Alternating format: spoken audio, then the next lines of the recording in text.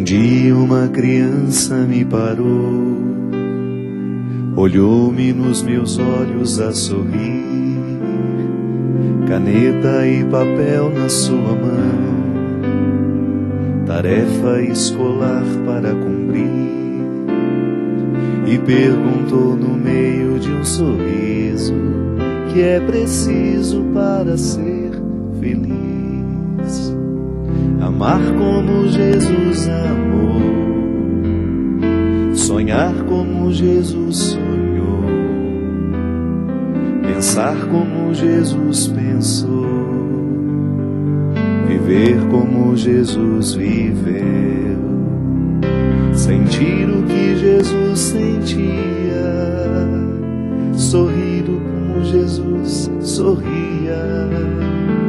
E ao chegar ao fim do dia, eu sei que eu dormiria muito mais feliz. Sentir o que Jesus sentia, sorrir como Jesus sorria. E ao chegar ao fim do dia, eu sei que eu dormiria muito mais feliz. Ouvindo o que eu falei, ela me olhou e disse que era lindo o que eu falei. Pediu que eu repetisse, por favor, mas não dissesse tudo de uma vez. E perguntou no meio de um sorriso que é preciso para ser feliz.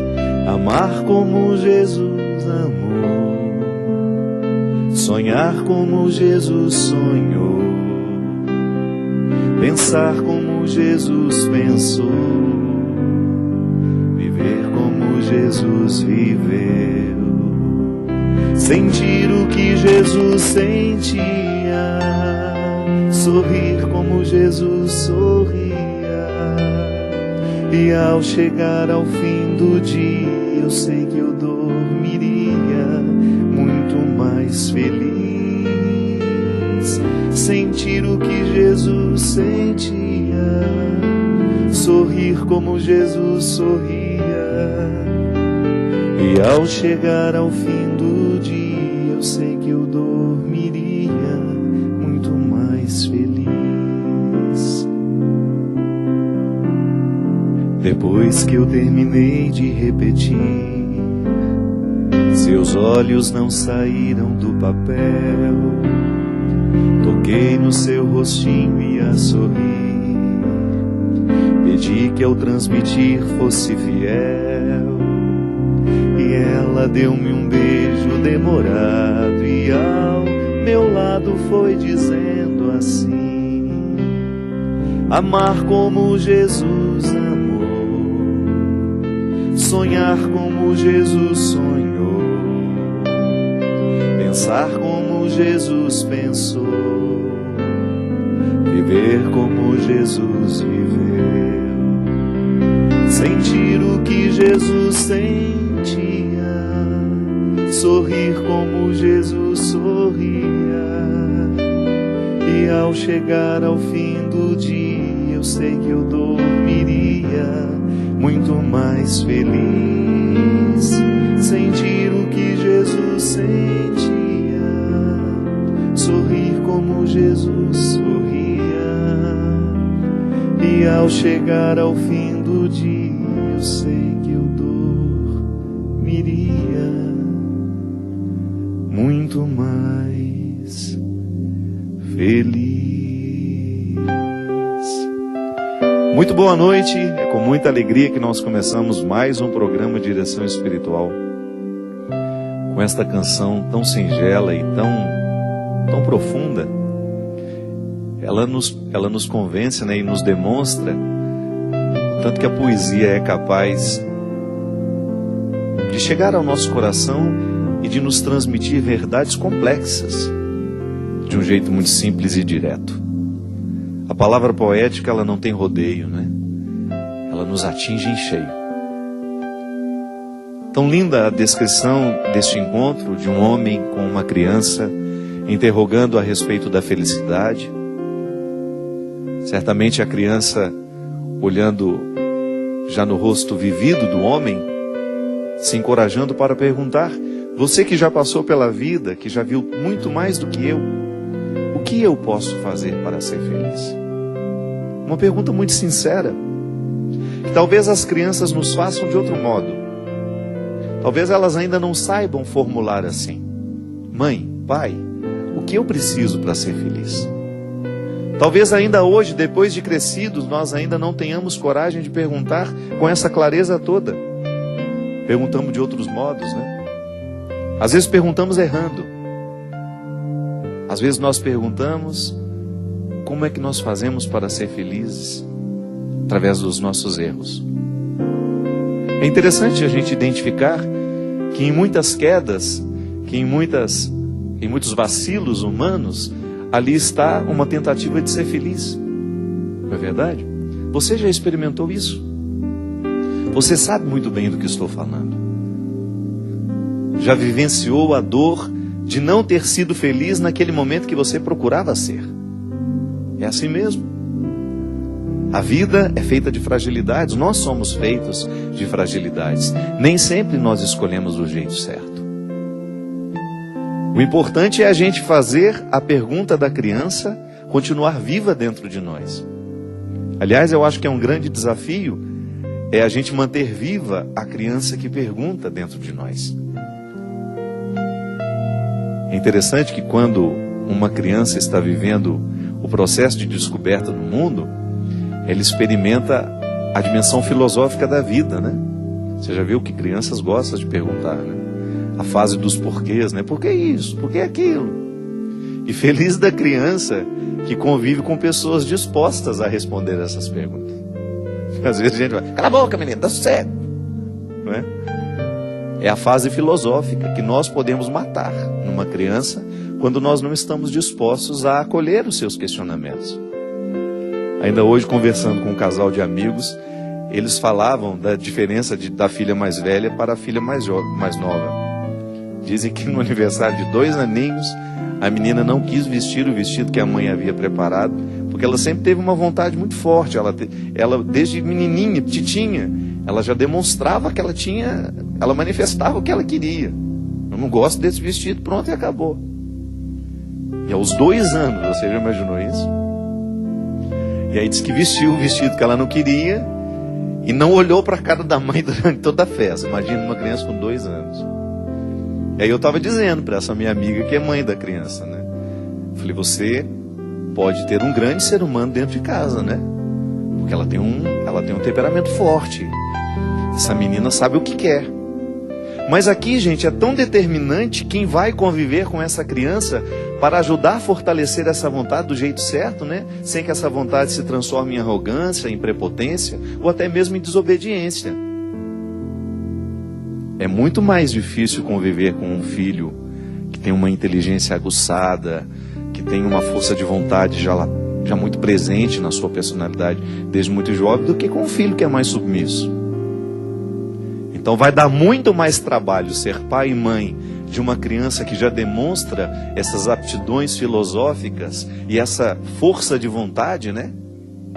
Desde muito jovem. Porque a gente pode matar todo esse empreendedorismo que às vezes essa criança já tem dentro de si, que demonstra assim: eu não quero esse corte de cabelo, pai. Eu não quero esse corte de cabelo, mãe. Me respeitem. É difícil, né? É difícil para quem é pai, é difícil para quem é mãe. Porque a gente ainda carrega aquelas coisas que a gente aprendeu, de repente, com os nossos pais, com os nossos avós. Que o filho é um desdobramento seu, é uma extensão do seu corpo, que você tem o direito de controlar como você quer. Não. O amor é essa capacidade que a gente tem de conviver com a diferença, de equalizá-la de um jeito harmonioso, para que não seja desrespeito aos pais, né? Mas ao mesmo tempo você alimentar essa criança que já tem uma força de demonstrar o que quer, o que pensa. É saudável. Por isso que nós vamos manter viva dentro de nós essa criança filosófica, que questiona, que passa no pente fino do seu crivo tudo aquilo que vê, tudo aquilo que examina. Por que eu estou dizendo isso, minha gente? Porque nós estamos vivendo uma semana no Brasil atípica. Nós estamos vendo, a partir de uma insatisfação de uma cidade como São Paulo, insatisfeita com o reajuste de 20 centavos de uma passagem de ônibus, isso ganhar as proporções que está ganhando. Um movimento sério, claro, sempre tem o joio no meio do trigo, né? Aqueles vândalos que querem destruir, mas nós não podemos jogar um movimento no lixo. Nós precisamos identificar que ali o que prevalece é o desejo de manifestar que a criança está viva dentro de nós, que nós queremos questionar, que nós estamos cansados de viver dentro de um país onde a corrupção prevalece, onde nós somos sobrecarregados diariamente com taxas de impostos que nunca nos retornam, porque não seria nenhum problema nós pagarmos os impostos que nós pagamos no Brasil, desde que nós tivéssemos o retorno deste imposto. Não. Pagamos, e o que recebemos daquilo que pagamos? Não temos estradas. Se queremos estradas boas, temos que pagar o pedágio. Se queremos saúde, temos que pagar um bom plano.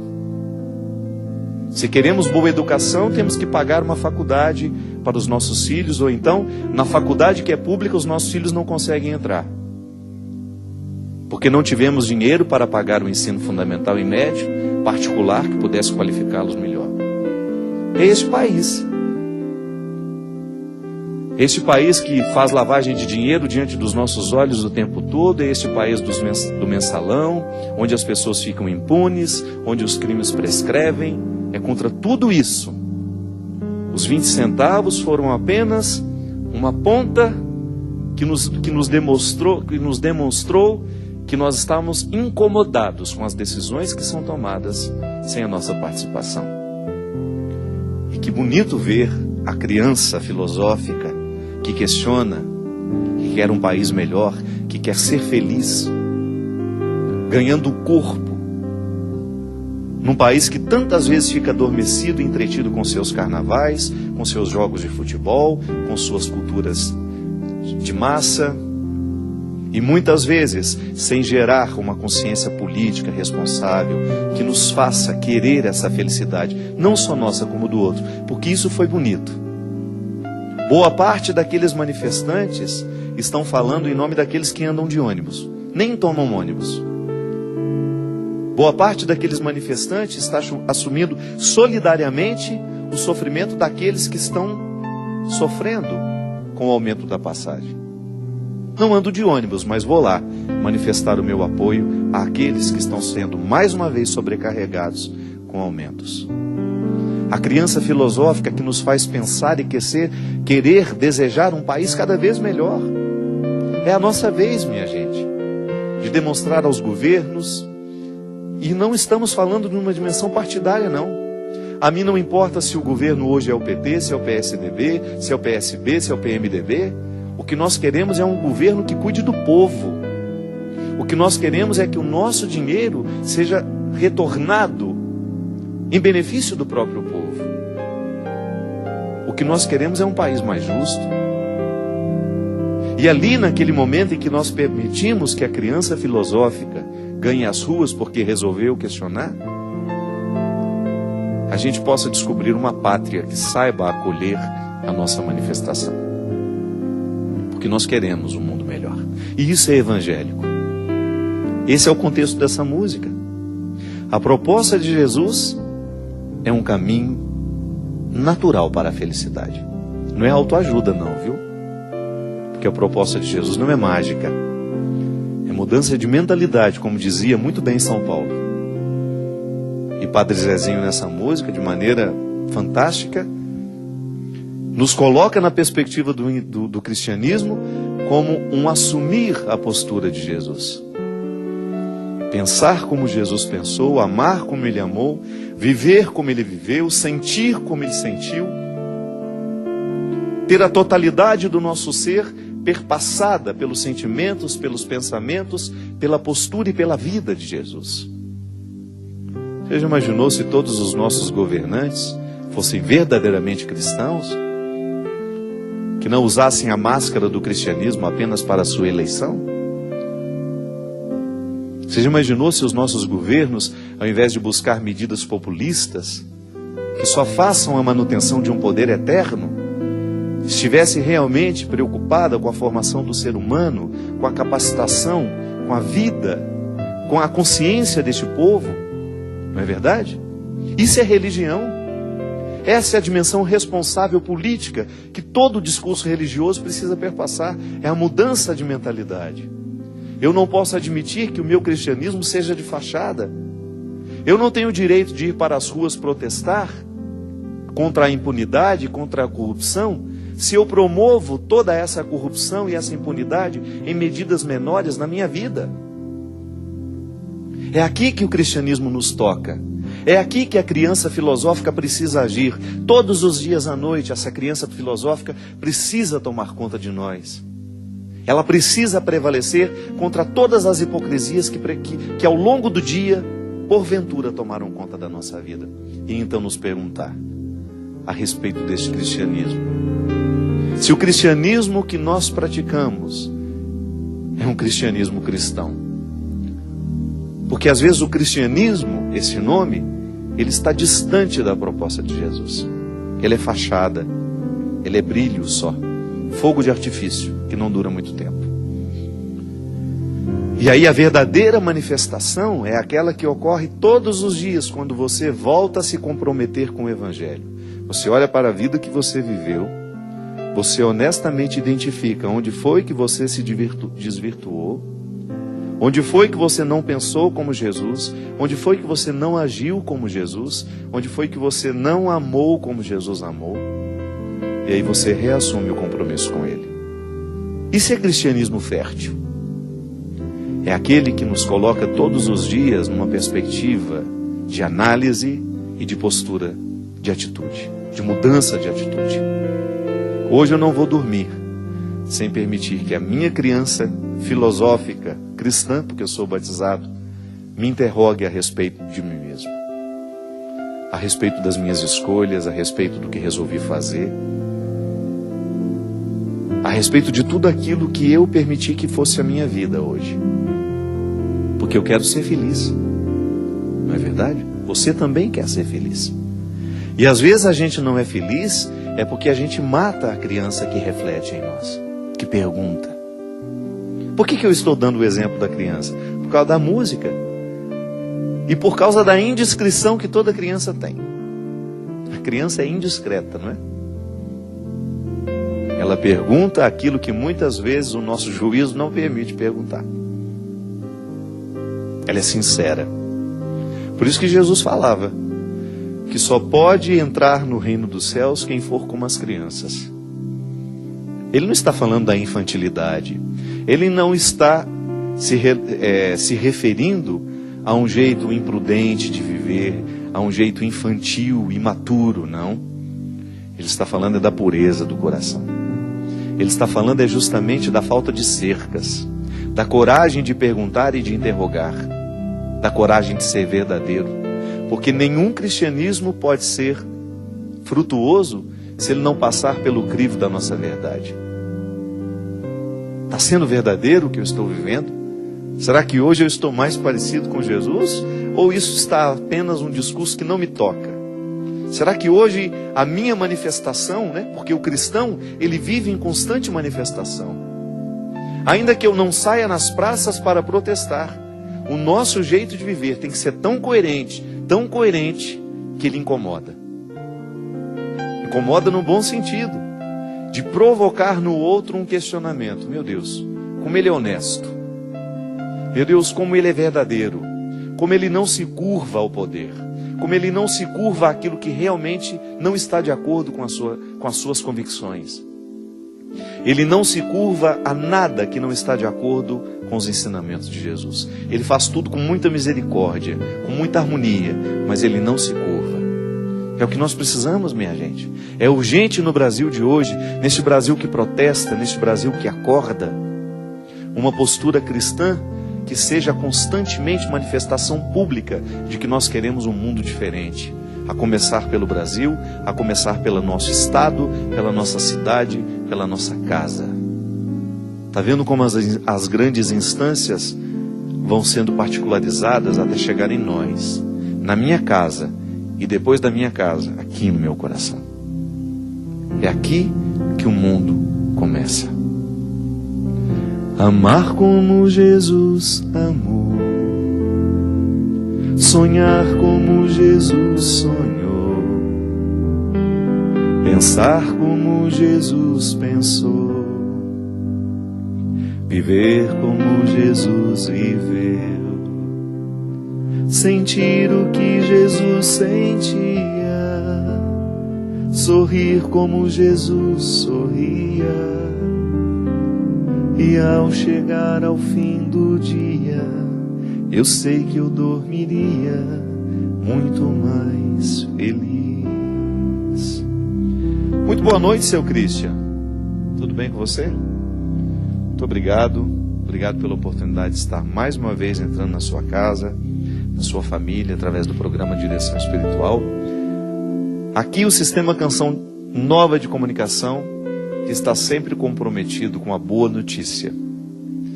Um canal que está sempre comprometido com a família, com os valores cristãos, sem hipocrisia. Nós não queremos hipocrisia no nosso discurso nem na nossa atitude. Nós queremos que a nossa palavra aqui na Canção Nova seja a repercussão daquilo que nós tentamos viver. É o que nós acreditamos. E por isso, a sua adesão é sempre para fortalecer quem nós somos. Muito obrigado.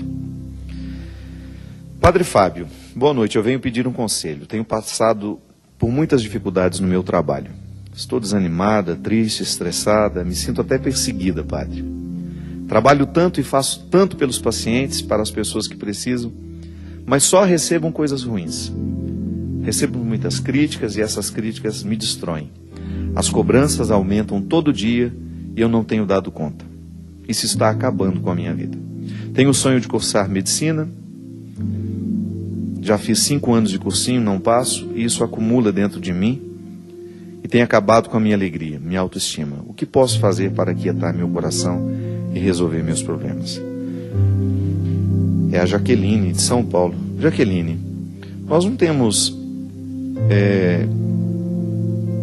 A melhor maneira de administrar esses momentos difíceis é a gente refletir as causas. Que às vezes nós estamos achando, né? Você, por exemplo, eu não tenho um pleno conhecimento do seu contexto, você apenas me partilha alguns detalhes dele. Vamos aqui, por exemplo, esse primeiro momento, em que você se sente desanimada e estressada e perseguida no seu ambiente de trabalho. Muito cuidado, às vezes você acha que a perseguição é que está gerando o estresse. E às vezes é o contrário. Às vezes é o estresse, a vida tumultuada que você está vivendo. Uma vida que não... Pode ser que seja verdade ou não, mas uma vida que às vezes em que você não consegue colocar um tempo para o seu descanso, para o seu lazer. Isso vai gerando uma dificuldade no seu relacionamento. Às vezes nós pensamos que o problema é o relacionamento. Não, às vezes o relacionamento é apenas um sintoma, uma consequência, né, daquilo que está de errado em nós. Então, às vezes é a nossa estrutura de vida que precisa ser modificada para que depois a gente melhore as outras coisas. Então, a melhor maneira de lidar com o estresse, minha filha, de diminuir o poder desse estresse, é uma mudança de atitude mesmo. Você analisar o jeito como você está vivendo, a maneira como você está organizando o seu tempo, se você está dando ao seu corpo o descanso necessário, se alimentando corretamente. Tudo isso é fundamental para que o estresse não prevaleça em nós. Estilo de vida mesmo, minha filha. Quando você tiver sua folga, o seu momento de lazer, né, o seu tempo livre, escolha bem como é que você vai gastar esse tempo. Que às vezes nós somos tão infelizes nas escolhas que nós fazemos para o nosso descanso, né? É igual descer para Ubatuba em época de festas. Eu fico vendo, o povo trabalha, aquele cansaço todo, aí vai para a praia. Um feriado prolongado, por exemplo. Aí vai bonitinho. Na hora que volta, leva 12 horas para subir a serra. Isso no domingo, né? Aí o descanso todo que teve, acabou, foi embora. A pessoa volta tão estressada, ela chega em casa chutando o cachorro, derrubando o papagaio do puleiro, porque ela está acabada, ela está destruída. Então, às vezes, nós escolhemos muito errado a maneira como nós vamos descansar. Então, a gente precisa ter um crivo, né? Será que vai valer a pena esse deslocamento? Será que, às vezes, fazer com que o meu descanso seja até um ficar em casa, né? Você descobriu o sabor de ficar na sua casa sem ter o que fazer. Ocupar-se com uma leitura, um bom programa de televisão, ou receber os amigos, estar com as pessoas que você ama. Enfim, a gente vai diminuindo o nosso estresse à medida em que a gente identifica o que é que está nos estressando. E muitas vezes, nós, quando vamos identificar o que nos estressa, a gente chega a essa conclusão. Nós estamos vivendo de maneira muito errada. E a gente pode mudar isso. Nós vamos para um rápido intervalo e a gente volta já já com o programa Direção Espiritual.